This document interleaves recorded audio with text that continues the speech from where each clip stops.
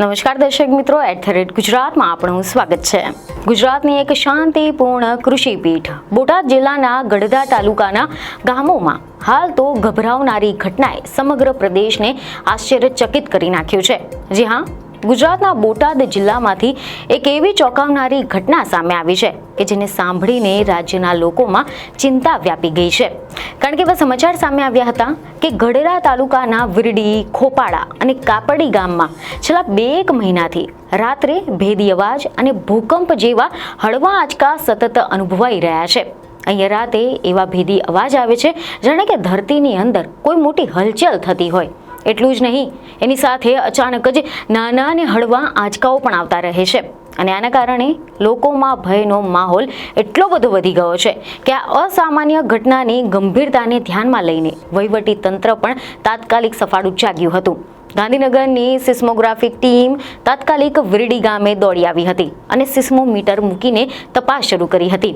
વિરડી, ખોપાડા અને કાપડી ગામના લોકોને દિવસે ને દિવસે ભીતરથી ચિંતા વધી ગઈ છે કે શું આ કોઈ કુદરતનું સામાન્ય ભ્રમ છે કે કંઈક વધારે છે, એક ભૂકંપ સ્વયં કે જે વૈજ્ઞાનિકોની અણગમતી શક્તિઓની ચપેટમાં છે। આવા અનેક પ્રકારના પ્રશ્નોની સાથે ગ્રામજનો ભયમાં બેઠા છે। જોકે હવે તો વિરડી ખાતે સિસ્મોમીટર મુકાઈ ગયું છે। સ્થાનિકો દ્વારા સતત થઈ રહેલા ભેદી અવાજ અને આંચકાની ફરિયાદ બાદ ગઢડા મામલતદાર અને તાલુકા વિકાસ અધિકારીની સાથે ગાંધીનગર સ્થિત સિસ્મોગ્રાફીની વિશેષ ટીમ વિરડી ગામે પહોંચી ગઈ હતી। એવા અહેવાલ સામે આવ્યો છે કે ટીમે સૌપ્રથમ પરિસ્થિતિનું નિરીક્ષણ કર્યું હતું। સિસ્મોમીટર વિરડી ગ્રામ પંચાયત કચેરી ખાતે મૂકવામાં આવ્યું છે જેથી કરીને આ જે પ્રકારના આંચકા અને અવાજ આવે છે તેમનું વૈજ્ઞાનિક રીતે ચોક્કસ માપન અને વિશ્લેષણ થઈ શકે। સિસ્મોગ્રાફીના નિષ્ણાતોની ટીમે સ્થાનિક ગામના લોકોની સાથે સંવાદ પણ કર્યો હતો અને તેમને આ પરિસ્થિતિમાં સંયમ જાળવવા માટે જાણકારી આપી હતી। વિરડી, ખોપાડા અને કાપડી આ ત્રણેય ગામો 2 મહિનાથી સતત આ પ્રકારની અજાણી ઘટનાના કેન્દ્ર બિંદુ બની ગયા છે।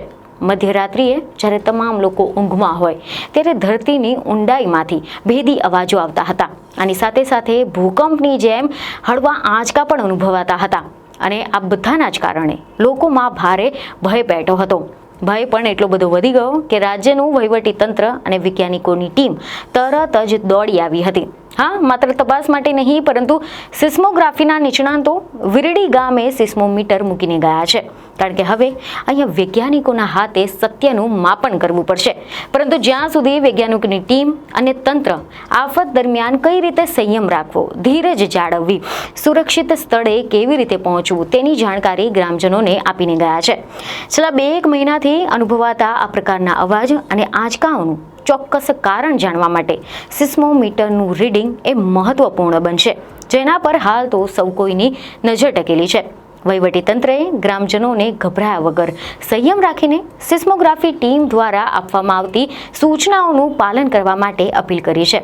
મહત્વનું છે કે ગઢડાના આ 3 ગામો વિરડી, ખોપાડા અને કાપડી હવે સામાન્ય ગામો નથી રહ્યા।